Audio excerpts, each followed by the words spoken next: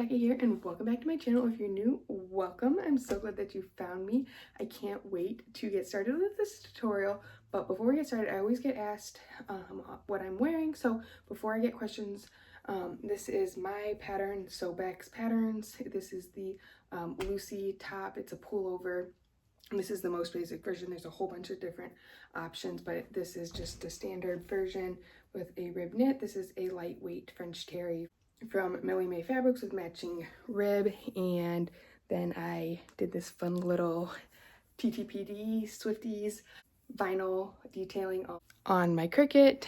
All is fair in love and poetry, so if you're Swiftie, you know where it's at. If not, that's okay, but I will link this pattern down below if you are interested. But that's not why we're here today. We are here to sew up the Flora Footed Tights from Samantha Marie Deisgns. This is a quick sew. So if you are looking for something very quick and relatively simple, this is the pattern for you.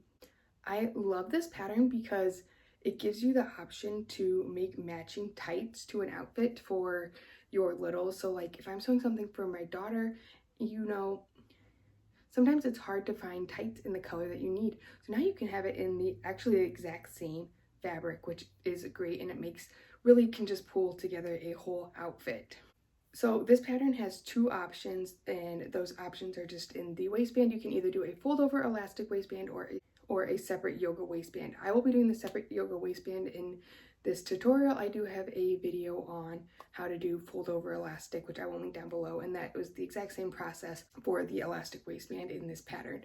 And for this pattern, it is very important that you pay attention to the stretch of your fabric. You're going to want I believe it's 50-50 four-way stretch, so you need it to stretch vertically and horizontally, or they won't fit right, because you do need them to fit all the way down and over the foot, and there is stretch built into the pattern for those to fit properly and to not be baggy. So I will be using a pointelle rib from Boho Fabrics, and it is absolutely perfect. It's so cute. It's like a peach color, and it has some really pretty detailing in it, and it worked perfectly for this pattern. I'll put a link down to the fabric below, or similar fabrics if it's out of stock, and anything else that I use in this tutorial or my favorite things are all linked down below as well. But other than that, let's get started.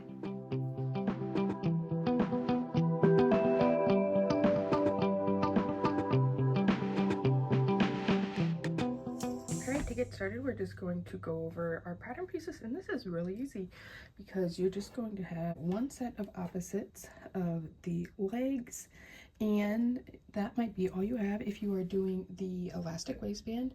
The only difference is you want to make sure you cut on the higher line, and so then you would just have two of these, and then you would have your elastic piece.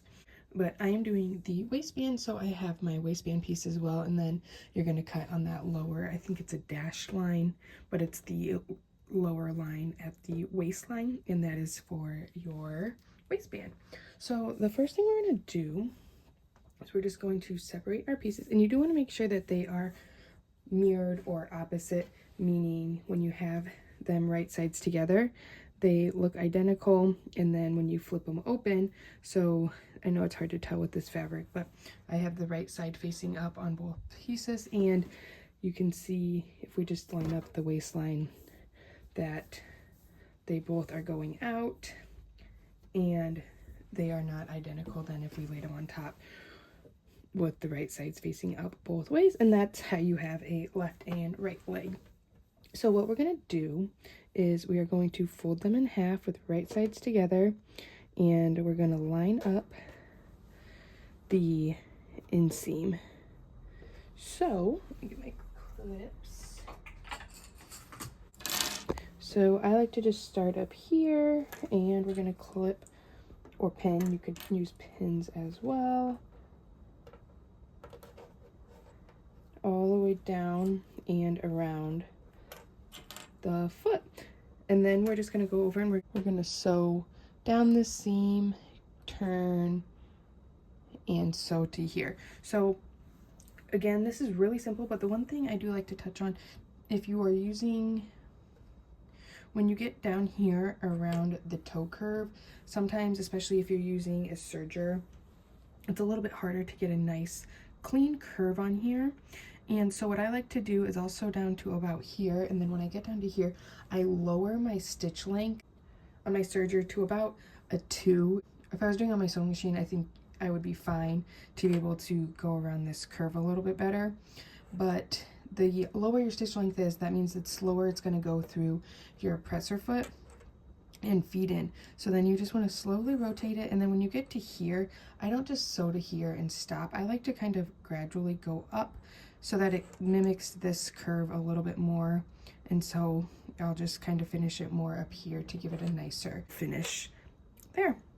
And the other thing is you may have to just sew a little bit, lift up your presser foot, twist, sew a little bit, lift up your presser foot, and twist as it goes under. You don't want to stretch it out as it's sewing under, forcing it to turn. Otherwise, you're going to get, that's when you get the waviness in your seams once it's sewn. So I'm going to go ahead and do this, and then you will repeat the exact same steps on the other leg. So I'm going to go ahead and just do both legs and be right back. All right, I got both of those sewn, and you can just kind of see here how I kind of curved it up, and it did cut off a little bit there, but it's not going to affect anything. It's just going to make that lay a little bit nicer. And if I was on my sewing machine, it would be a little bit easier. I would do it kind of more gradually, kind of like a dart, how you finish there, just sew up and kind of go and then fade off. But again, this is just at the toe, so it's not going to affect anything too much. But now what we're going to do is we're going to just take one leg and turn it right side out.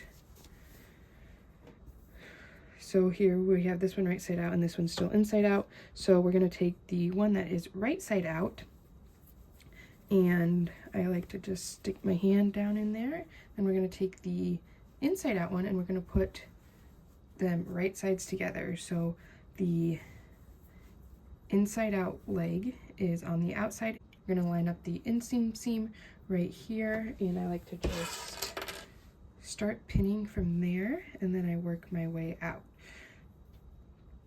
So then you'll just pin up along the crotch line, and you should have them meet at the top. If you are having issues where one, you come up here and one is shorter than the other, then that means that you sewed one of your pieces inside out and they weren't opposites.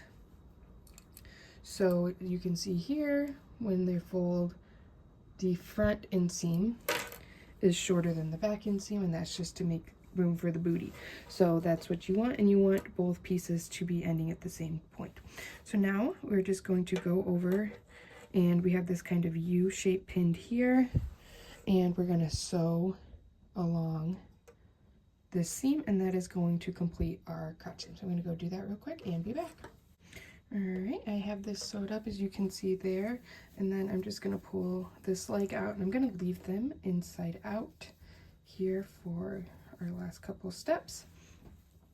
But you can see we are pretty much done. Now, if you were doing the elastic waistband, you would be done with the construction of it and you would move on to the waistband. I'm not going to cover that.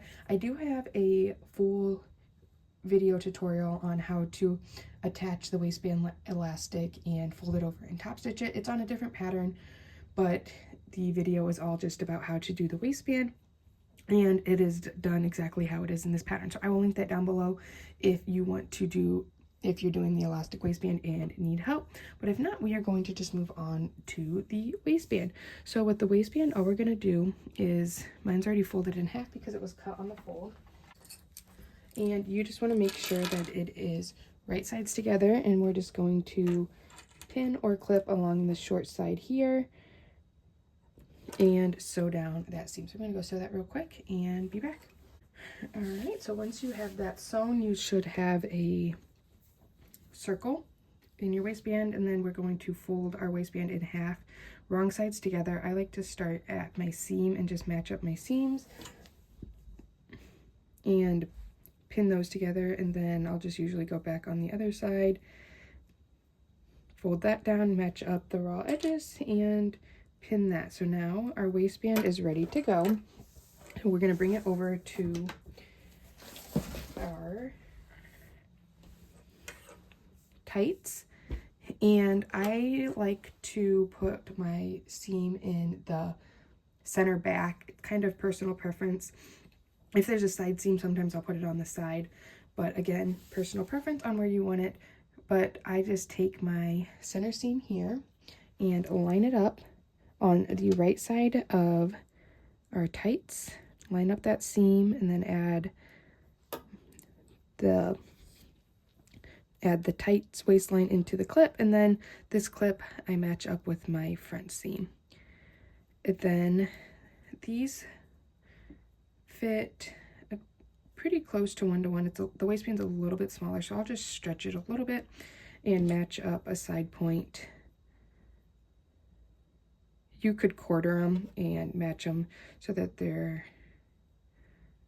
a little bit more exact, but I find that I don't really have issues here. So now I have my waistband sewn on in there, and then you're just going to go ahead and sew around. Now if you have a printed fabric that is a directional print, meaning there's an up and down to it, make sure when you attach your waistband that then when you fold it up that it is facing the right way. You don't want to go through all of that and then find out that you have to take it off because your waistband is upside down.